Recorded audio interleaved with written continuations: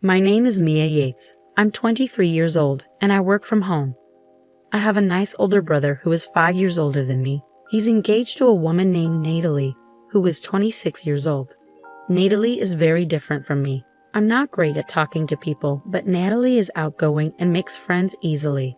Natalie has become close to our parents and often visits our house without telling us beforehand. Today, she showed up at our door without calling first. When the doorbell rang, my mom knew it was Natalie and welcomed her in. Natalie came into the living room with my mom and said, "I'm here." Then she looked surprised when she saw me. "Mia, you're still home?" She said without even saying hello. I told her, "I'm working from home." But she just said, "That's enough. You need to get a real job." I didn't know how to respond, so I went back to work without saying anything. My room is special to me. It's soundproof, and I designed it myself. With my parents' permission, of course. I pay for everything. It's like my own private castle, so I keep it locked and don't let anyone else inside. To get in, you have to unlock the soundproof door and then open another door. When I got inside, I let out my frustrations by yelling. I was annoyed that Natalie didn't understand that I was working. At lunchtime, a little light bulb in my room blinked, letting me know it was time to eat. I went to the living room where lunch was ready. My mom suggested we eat together, so I sat down. But then I saw Natalie sitting across from me, looking upset. "You're eating even though you don't have a job. Don't you care about upsetting your parents? You're like a parasite," Natalie said. I stayed quiet and just listened. When my parents said grace, I did too, and then started eating. Natalie didn't seem happy that my parents didn't scold me for not having a job. "Natalie, don't worry about it. Mia's our daughter, and we'll take care of her," my dad said, trying to reassure her. But Natalie wasn't convinced. She kept on expressing her worries. "I can't feel sure about marrying into this family if things stay like this," she said, still angry. My parents tried to calm her down, saying, "Just marry into our family, everything will be fine." But Natalie wasn't happy with their response. She kept on talking about her concerns. "I'm still not reassured. What if you two can't take care of Mia anymore? Do you expect me or our future kids to look after her?" she said, assuming that I'd always depend on others and never do anything for myself. I stopped eating and felt upset by what she was saying. My mom tried to defend me, saying, "Mia does work, you know. Don't worry about her," but Natalie wouldn't stop worrying. At 23, just look at her. Braided hair, thick glasses, always in sweats. "Who would believe she's working like this?" Natalie said, clearly frustrated. I tried to defend myself, softly saying, "How I look doesn't affect my work." But it seemed to make her even more upset. "Then what kind of job do you do? Tell me," she demanded, staring at me angrily. I was so scared that I couldn't speak. My mom stepped in, saying, "Mia's job is private to our family. I'm sorry, but we can't discuss it." Natalie got up and stormed off, saying, "So I'm not part of this family, is that it?" I felt bad for causing a scene and apologized to my parents. My dad reassured me, saying, "It's okay, Mia. Just do what makes you happy," with a smile. After dinner, I felt a bit better and decided to talk to Natalie about my job after my brother's wedding. I brought it up during the meal, and my parents seemed to think it was a good idea. Later in the evening, after cleaning up, I went grocery shopping with my mom while my dad took care of the garden. When we got back, we found Natalie crying in the living room with my dad comforting her. My mom asked what was wrong, but Natalie was too upset to answer. My dad told us he heard a loud noise from inside the house while he was in the garden. He pointed to a crowbar and hammer on the table. I realized right away that something had happened to my room and rushed to check it out. When I got to my room, I saw that the door was badly damaged, like someone had tried to force it open with a crowbar and hammer. I felt frozen, a mix of shock and fear taking over me. My dad called my brother, who promised to come over as soon as he could. So I decided to stay in my room until he got there and tried to calm myself down. While I was waiting, I called my company and got permission to tell my future sister-in-law about my job after she married my brother. When I saw the light flicker in my room, I knew my brother had arrived.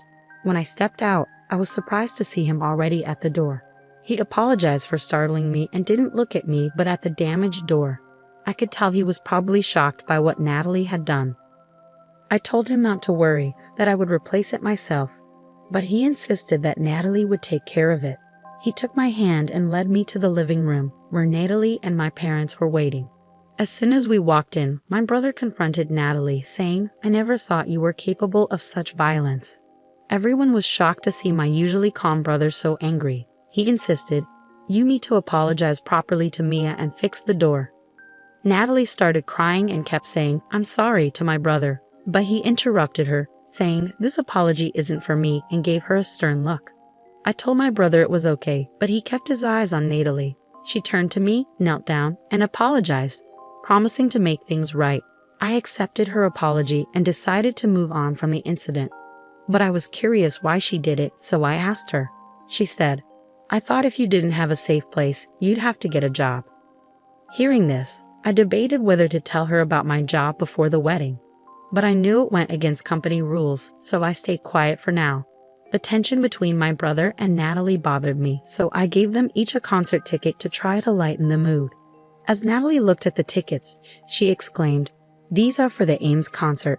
Her face lit up with excitement, and she turned to my brother, saying, "Let's go." Her joy was infectious. My brother asked me, "Are you sure? These tickets are hard to get." I replied, "I got lucky. You can use them to make peace if you want." My brother's face also lit up with delight. Seeing them so happy made me happy too. The good vibes returned, and everyone forgot about the damaged door, enjoying their meal together. On the day of the concert, while I was out, Natalie excitedly visited my house to thank me. Since I wasn't home at the time, Natalie seemed to tell my parents, "Enjoy yourselves. Looks like Mia's decided to work outside for a change." The concert was fantastic. Afterward, my brother called me. He'd split off from Natalie at a company party and was thrilled about the concert. He mentioned that Natalie was a huge Ames fan and had always wanted to attend their once-a-year concert. He said she was over the moon about finally seeing them live. On the way home, Natalie couldn't stop talking about how amazing Ames was. When I mentioned I was glad we patched things up, my brother surprised me by saying, "The soundproof door we got as compensation cost $7,000. I just replied, "Sounds about right." He was shocked, saying, "Wow, that's expensive." I explained to my brother that the components for a soundproof room are expensive, which surprised him even more. He mentioned that Natalie felt the $7,000 expense for the door, but the concert made up for it. I felt good about giving them the tickets, especially since my brother and Natalie seemed to be getting along. However, Natalie still didn't understand my work-from-home job and thought I started working outside after the concert, which made her happy. When she realized her mistake, she started calling and visiting my house daily, urging me to get a job. I hoped to endure it until the wedding.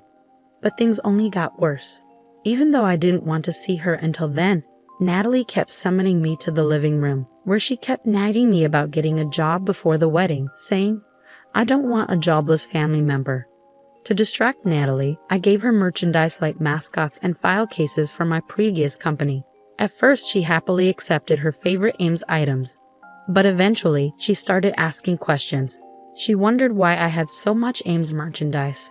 Reluctantly, I told her, "A friend who works with the Ames company gives them to me." When Natalie heard this, her smile widened and she seemed even happier. "Please get me more tickets next time," she said, but there was still a problem. She wanted more merchandise and started causing trouble about being allowed into my room. I managed to stop her a few times, but I worried she might break the door again. So I gathered my courage and gave her a stern warning. "Natalie, if you break the door again, it won't just be the cost of repairs this time. Last time, I paid for it. Next time, you'll be the one paying." Natalie's face went pale at my words. I wondered if she was really considering doing it again. All I could do was hope the wedding would be over soon so I could have some peace. Even after that, until the wedding day, there wasn't a single day when Natalie didn't visit or use the call light. I lost count of how many times I yelled enough already in my room. I tried talking to my brother about it, but he seemed resigned, saying, "I've told Natalie over 100 times that Mia is working, but she doesn't seem to listen to me." In my mind, I thought, I wish my brother would get as angry as he did when she broke my door. But I knew he was busy with wedding preparations. He had mentioned he needed to finish a ton of work before the wedding so he could go on the honeymoon. So I didn't have much hope in relying on him. I had to give up and deal with Natalie on my own. Finally, it was the day before the wedding. As expected, our parents spent the day together, So the four of us had a fun night reminiscing and looking at old photo albums. It was nice to spend time together as a family after a long time.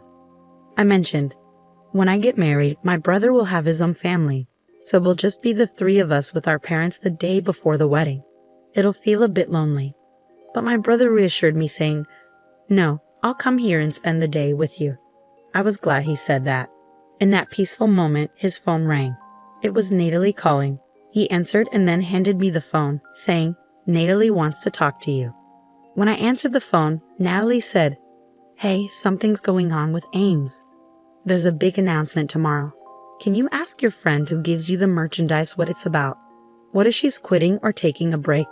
Apparently, Ames Agency had announced on social media that there would be a major announcement the next day. I didn't want to be bothered during my family time, so I simply said, "I don't know," and hung up. My brother felt the same way and turned off his phone. When our dad said it was time to go to bed early, my brother bowed deeply and thanked our parents for taking care of him. He said he was ready to be happy with Natalie. Mom joked, "That's what happens when women get married." My brother laughed along with the rest of us, and we ended the night before the wedding on a light note. Finally, the wedding day arrived. I told my family I'd be a bit late in the morning, and they headed to the venue without me. When I got there later, I went to the waiting room to congratulate Natalie. I knocked on the door, and there she was, the beautiful bride, all ready for her big day. Just when I was going to congratulate the bride, she suddenly changed into a scary monster. She said she still had something important to tell me from yesterday when we talked on the phone. I said sorry and asked her what was wrong. She told me to leave. I tried to explain that it was my brother's wedding, but she was mad because I didn't have a job, and she didn't want people to think I was part of the family. I wanted to argue, but then Natalie, the bride, came really close to me and said firmly, "If I tell you to leave, you leave." Then she slammed the door shut. I felt really sad and went to a room they set up for me. There, professionals did my makeup and hair, and I changed into the nice dress I bought for the wedding. But I knew I wouldn't be able to go. While I was getting ready, my parents called.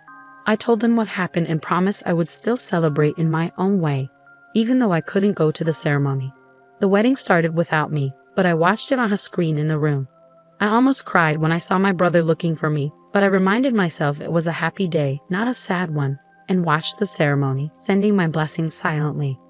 After all the fun, the lady hosting the event said, "We got a special video for the stars of today's show. Watch the screen, please." The lights dimmed and a video started playing. Everyone in the room cheered when they saw Ames, who Natalie adored, appear on the screen with a message. "Surprise, it's me, Ames. Congratulations on getting married, bro and Natalie." Natalie looked shocked and glanced at my brother, who seemed to be saying, "That's Mia. I've been looking forward to this day, but I couldn't make it because of some urgent stuff." I made up an excuse for not being there and shared a simple message of congratulations. Then I admitted, "Natalie, I never told you, but I'm now part of your family. But I'm moving overseas soon, so we probably won't see each other much. You can ignore me if you want." Oh, and I wasn't just lazing around. I was working in my home studio. I couldn't help but add a little sarcasm. But I ended by saying, "I really wish you both all the happiness. I'm a singer-songwriter named Ames, and I got popular on social media. My stage name, Ames, is just my real name, Maya, spelled backward." When the lights turned on again, everyone was staring at Natalie. She looked shocked and really surprised. My part was done, so I left the place with the hair and makeup people and other workers. Later, my brother called me. He said after we left, Natalie was supposed to thank the guests and say goodbye, but instead, she was running around looking for me. When she found out I had left, she started crying in front of everyone. I also heard from friends that now everyone knows Natalie as the bride who Ames doesn't even consider family. My speech from the wedding got super famous on social media. They say she's feeling really sorry about what she did and can't even go out in her neighborhood anymore.